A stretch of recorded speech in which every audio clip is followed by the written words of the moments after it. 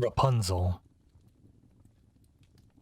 There were once a man and a woman who had long in vain wished for a child.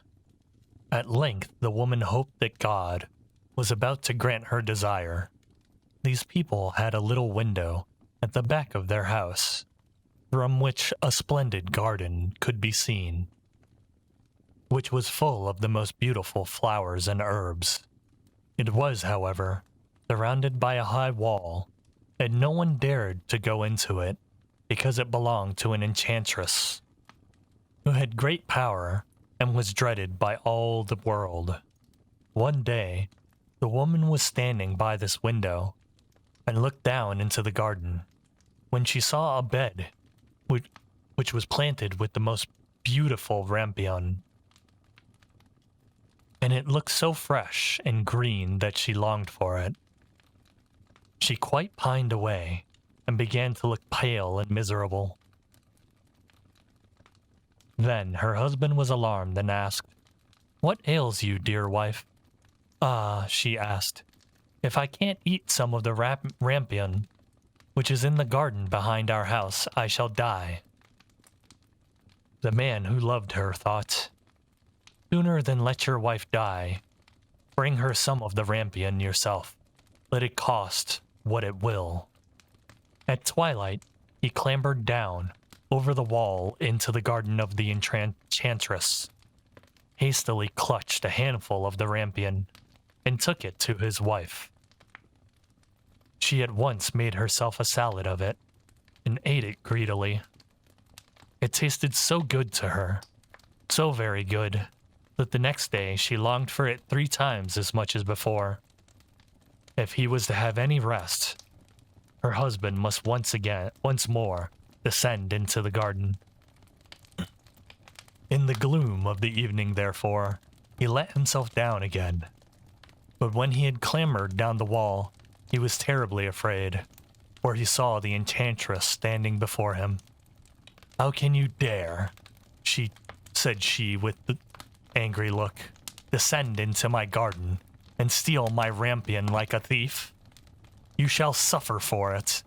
"Ah," answered he, "let mercy take the place of justice.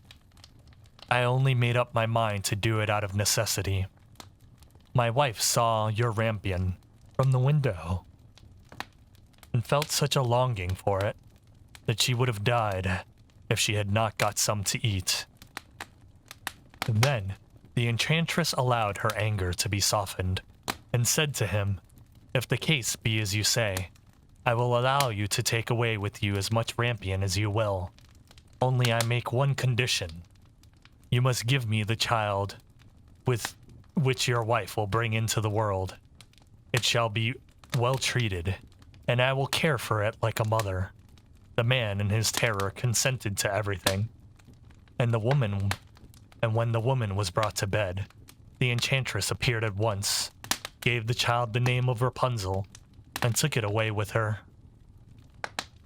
Rapunzel grew into the most beautiful child under the sun. When she was 12 years old, the enchantress shut her in the tower, which lay in a forest, and had neither stairs nor door. But quite at the top was a little window. When the enchantress wanted to go in, she placed herself beneath it and cried, "Rapunzel, Rapunzel, let down your hair to me." Rapunzel had magnificent long hair, fine as spun gold, and when she heard the voice of the enchantress, she unfastened her braided tresses, wound them round one of the hooks of the window above, and then the hair fell 20 ells down, and the enchantress climbed up by it. After a year or 2, it came to pass that the king's son rode through the forest and passed by the tower, when he heard a song, which was so charming that he stood still and listened. This was Rapunzel, who in her solitude passed her time in letting her sweet voice resound. The king's son wanted to climb up to her and looked for the door of the tower, but none was to be found.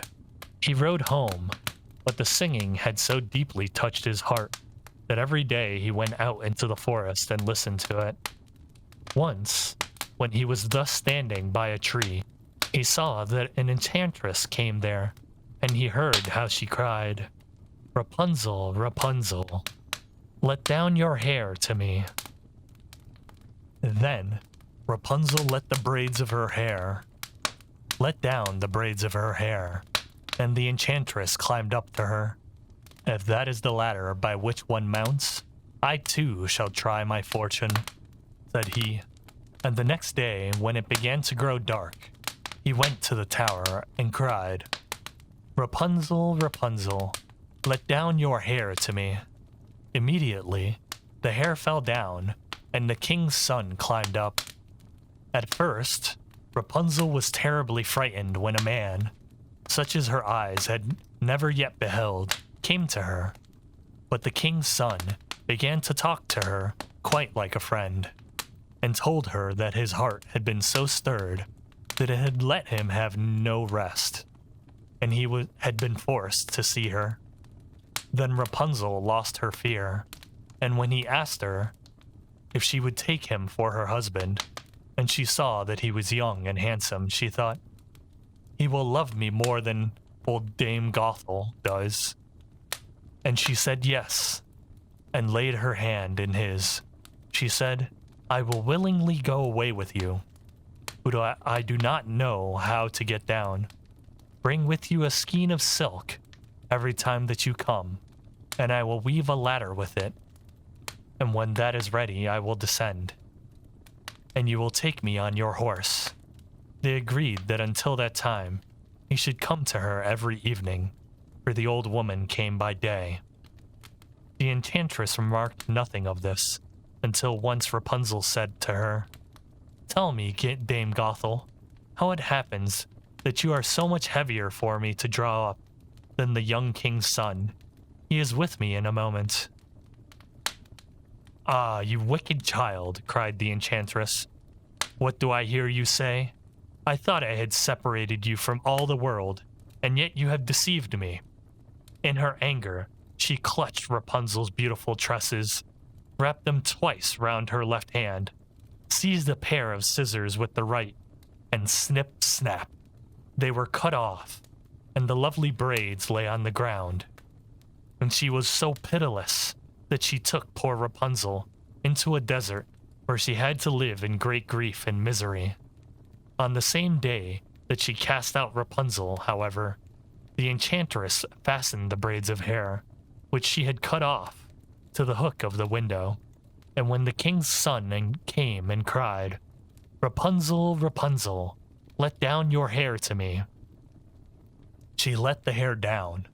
The king's son ascended, but instead of finding his dearest Rapunzel, he found the enchantress, who gazed at him with wicked and venomous looks. "Aha!" she cried mockingly. "You would fetch your dearest, but the beautiful bird sits no longer singing in the nest. The cat has got it, and will scratch out your eyes as well. Rapunzel is lost to you. You will never see her again." The king's son was beside himself with pain, and in his despair, he leapt down from the tower.